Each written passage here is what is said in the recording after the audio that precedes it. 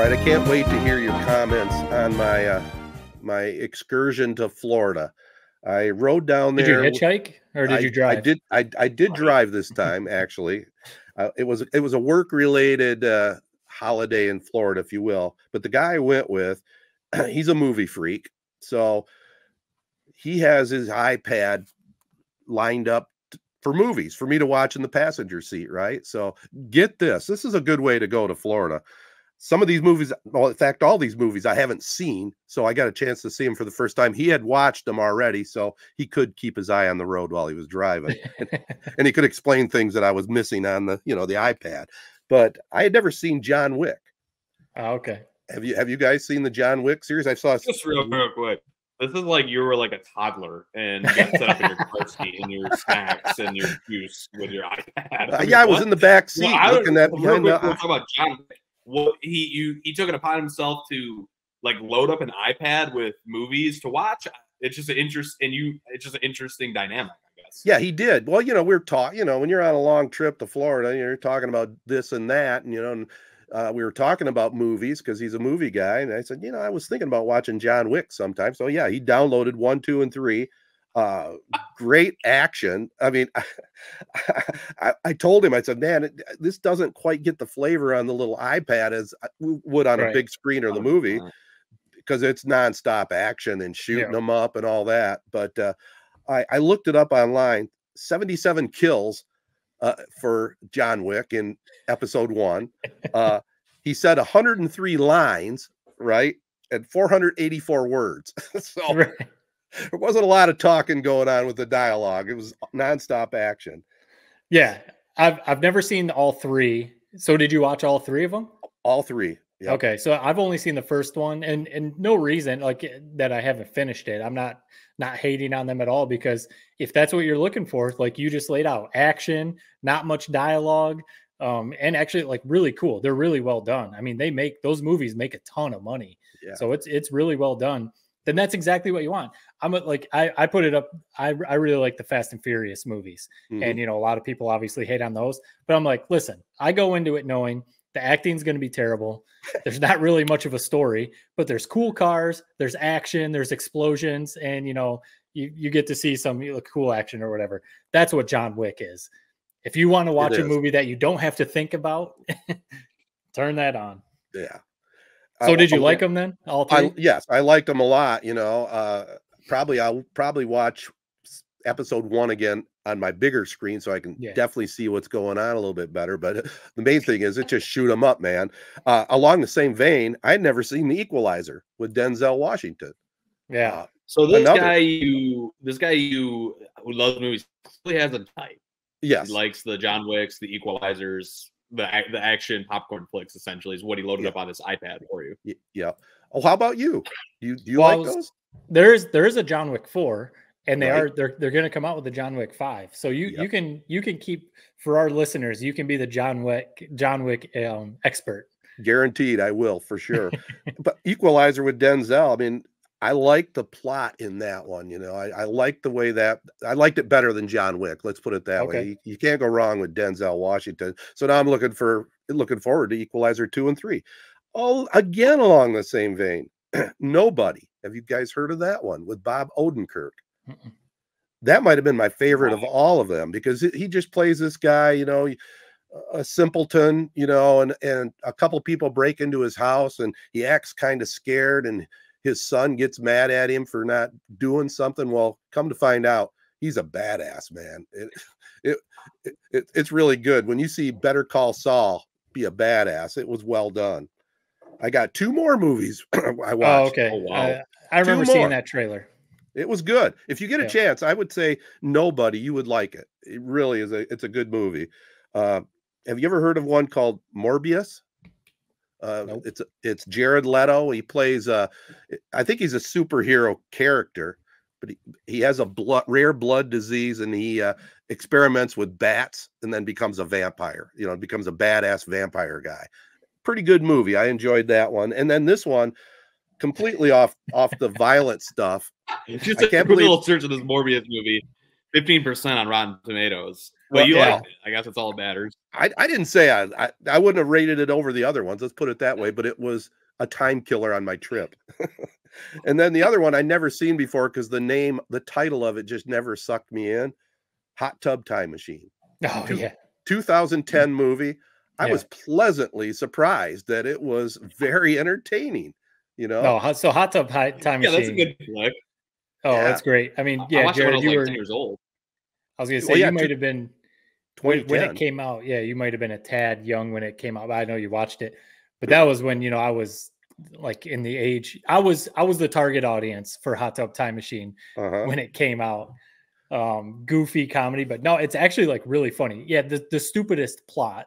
Right. Like when you think about what the plot is, but it's actually like hilarious, and the cast is really good. I need to go back and watch that too. That movie's funny. Yeah, so I capped off my trip with that. So that was my Tedertainment input here this week. Have you guys seen anything? Hot Tub Time Machine up against the rest of the list that you just went through is like way over here.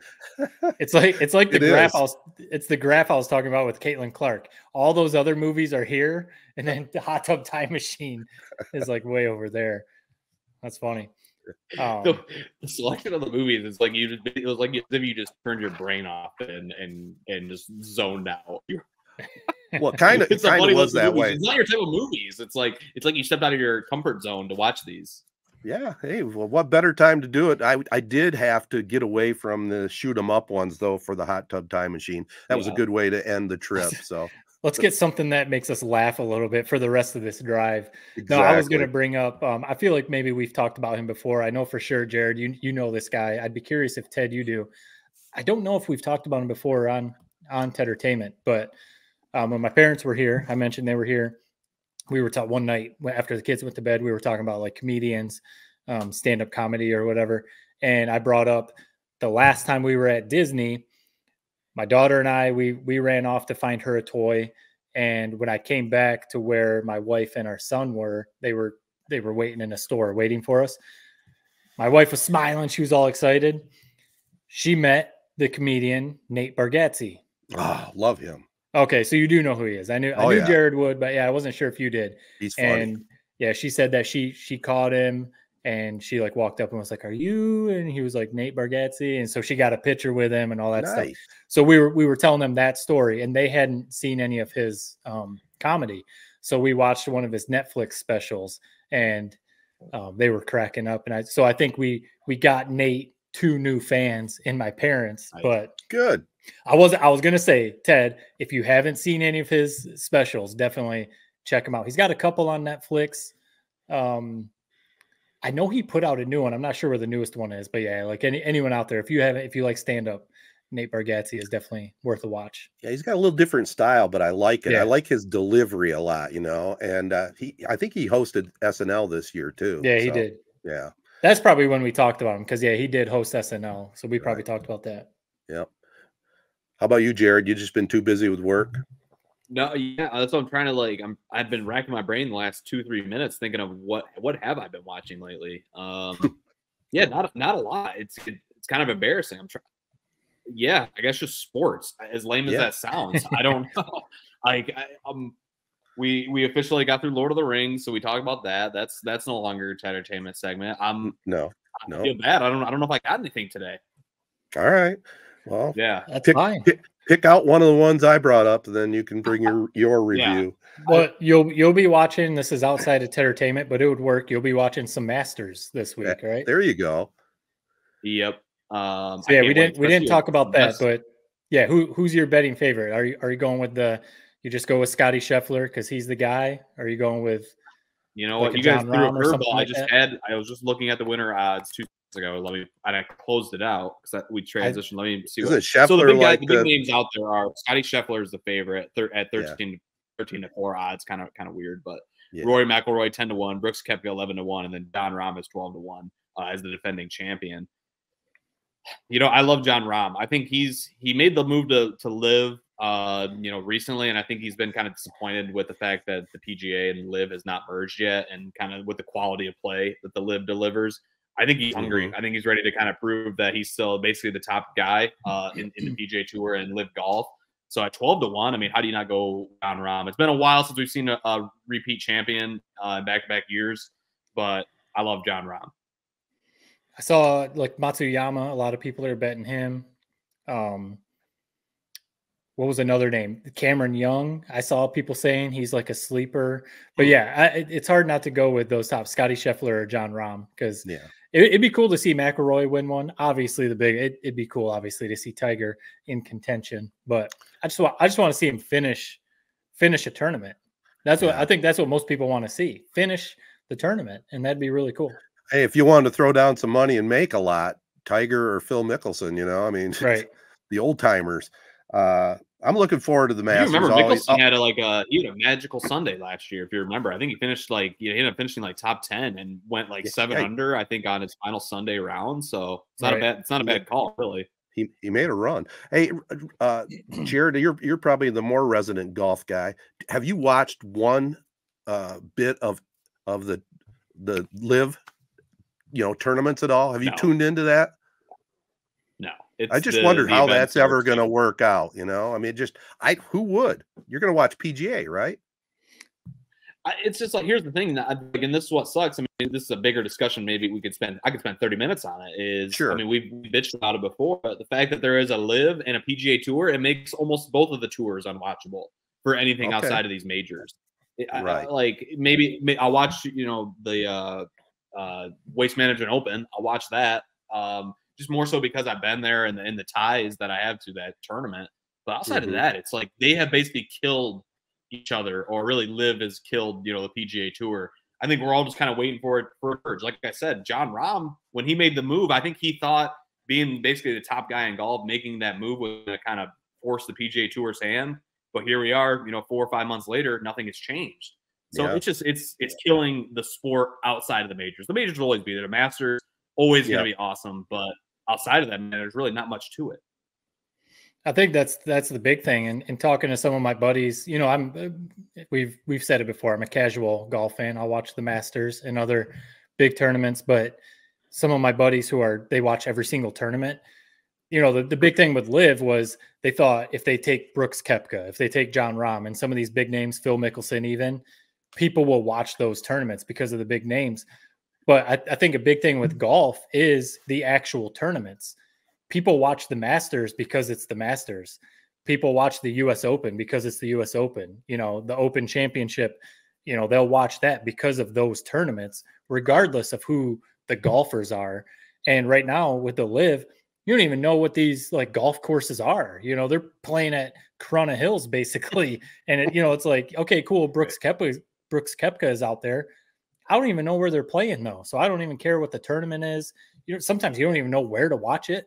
Like, is it streaming? Is it on a TV? CW or what? Where is it? So it's definitely something. And people are starting to come out more and say that it is actually starting to affect like viewership. It is negatively affecting the PGA. And then, the Live isn't taking off like they thought it would. So I would, down the line, I would think like, something's going to happen. I don't know if they're going to merge or what, but.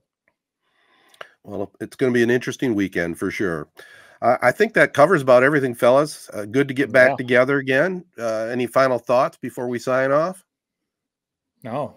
All right. Enjoy the weather.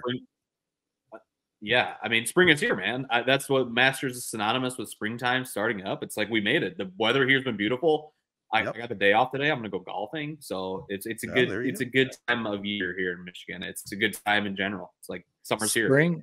Spring is here. The pontoon is in the water. and that means a Tooncast is coming down the road, right? Tooncast pending. Yeah. Pending travel arrangements. Yep. All right, guys, let's get out of here. I want to thank Memorial Healthcare's Wellness Center. Make sure you talk to a rep or go online, see what discounts are available for memberships. Get yourself healthy, get in shape. Also, I want to thank our other partners, AZ Branding Solutions, Jacobs Insurance Agency, Corey Shook and Associates Real Estate Services, Nelson House Funeral Homes, Rivals Tap House and Grill, and Success Group Mortgage and Servicing. By the way, it's coming up on concert season, and our good friends at Chi-Town, they are starting off the season at the bus stop in Birch Run on April 13th. So go out and check the boys, check their schedule on Facebook. Should be a good summer. And check us out also on the socials at 3 Point Pod, and subscribe to our YouTube channel. And as always, we enjoy comments or suggestions. You can email us at 3pointpod@gmail.com. Enjoy the Masters weekend, everybody. Peace and love, and thanks for listening.